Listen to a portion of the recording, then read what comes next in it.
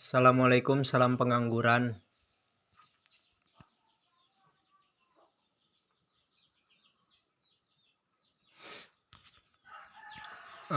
Selamat sore nih, sore hari.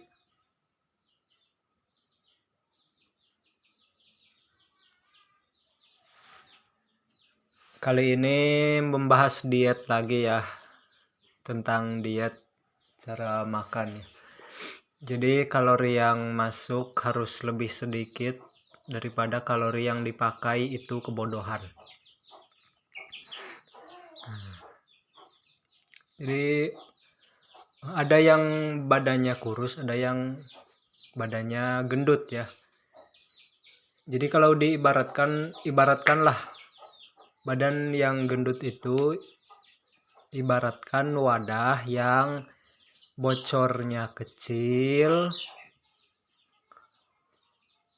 badan yang kurus ibaratkan wadah yang bocornya besar.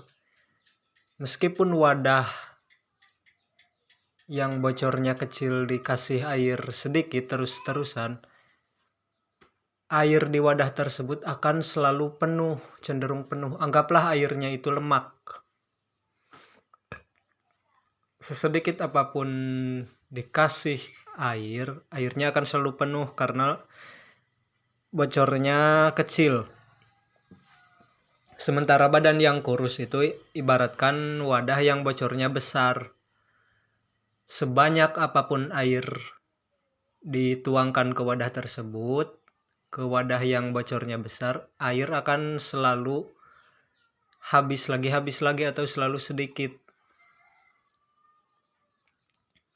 Ya, air itu anggaplah kalori, anggaplah lemak ya.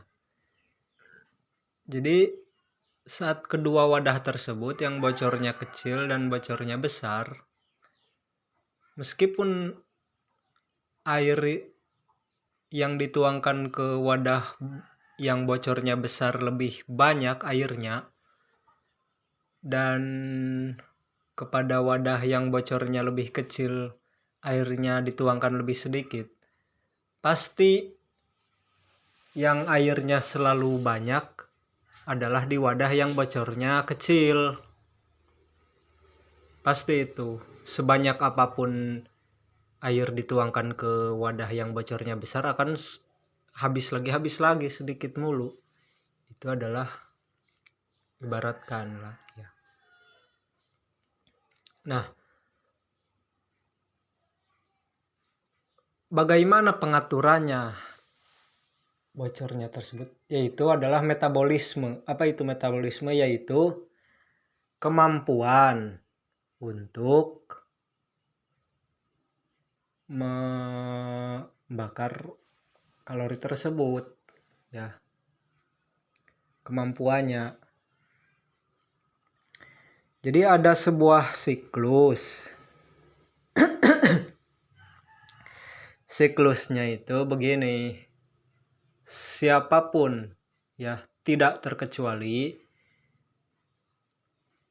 atau bahkan manusia atau hewan ya, ketika baru selesai makan, kinerja tubuh atau sistemnya itu akan meningkat metabolismenya kalau baru selesai makan itu, atau kemampuan memecah kalorinya itu akan tinggi, berada di puncaknya kalau baru selesai makan. Itu pengaturannya, tidak terkecuali semuanya itu. Tapi kita bisa mengaturnya sedemikian rupa. Contoh itu ya, dietnya para sumo di Jepang ya, itu dengan sengaja ya, dia menahan lapar dalam jangka waktu lama.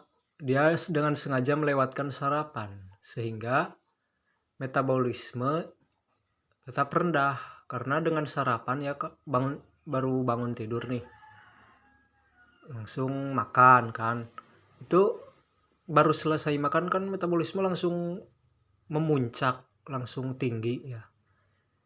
itu para semua itu melewatkan sarapan, jadi metabolisme tidak naik karena tidak makan, melewatkan sarapan ya. Metabolisme tetap rendah. Nah,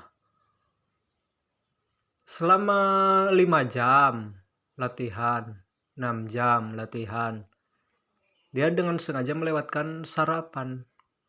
Jadi metabolisme rendah, tapi latihan keras. Begitu selesai latihan, beres latihan, ya sudah waktunya istirahat, capek, mereka itu makan dalam porsi besar sekaligus. Ya. Nah, ketika baru selesai makan ya, sebagaimana tadi disebutkan, baru selesai makan metabolisme itu naik, memuncak kalau baru makan. Nah, para semua itu haram, dilarang beraktivitas atau bahkan main HP selesai makan. Kalau selesai makan itu sangat haram beraktivitas atau bahkan cuma rebahan main HP. Para sumo itu baru selesai makan harus langsung tidur. Karena di saat metabolisme mulai memuncak karena baru makan dan makannya itu sangat banyak, metabolisme langsung tinggi, mereka harus langsung tidur sehingga metabolisme yang memuncak ditidurkan akan tersimpan jadi lemak. Karena jika para sumo mereka baru makan terus tidak sengaja beraktivitas atau tidak segera tidur, kalori yang baru dimakan saat itu akan terpakai, akan terbakar. Jadi sangat dilarang itu. Tidak tidur harus langsung tidur setelah makan, harus langsung tidur agar kalori yang baru masuk tidak terpakai. Jadinya tersimpan jadi lemak. Berat badan adalah modal utama bagi para pesumo dan itu satu-satunya teknik. Kalori yang dibakar itu sangat banyak ya. Latihannya keras latihannya, disiplin. Tapi ada suatu teknik ya kan ada beritanya para sumo itu makannya banyak. Bukan asal makan banyak menaikkan berat badan itu, tapi ada tekniknya begitu loh. Bukannya maksudnya makan banyak bikin gemuk, tapi ada tekniknya begitu. Tekniknya pengaturan metabolisme itu.